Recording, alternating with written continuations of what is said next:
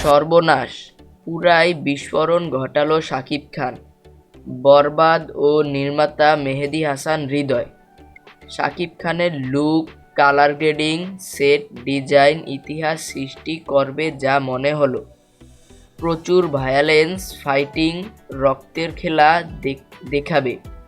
নির্মাতা তার পূর্বাভাস দিয়ে দিল সদ্য মুক্তি পাওয়াটি টিজার দিয়েছে।